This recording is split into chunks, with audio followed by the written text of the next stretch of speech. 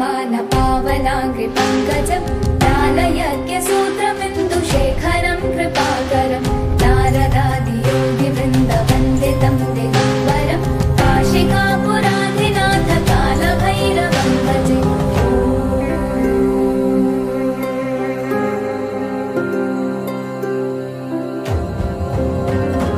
भानुकोटिभास्वरं भवाब्धितारकं परं नीलकण्ठमीप्सितार्थदायकं त्रिलोचनं कालकारमम्बुजाक्षमक्षशूलमक्षरं काशिकापुराधिनाथ कालभैरवं भजे। कालभैरवं भजे, कालभैरवं भजे।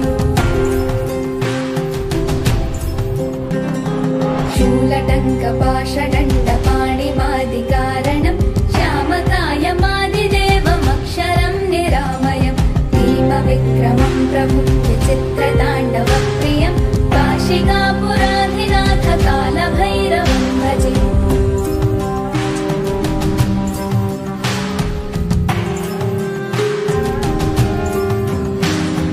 मुक्तिमुक्तिदायकं प्रशस्तचारुविग्रहं भक्तवत्सलं स्थितं समस्तलोकविग्रहं विक्वनन्मनोज्ञहेम किङ्किणीलसत्कटिं काशिकापुराधिनाथ कालभैरवं भजे।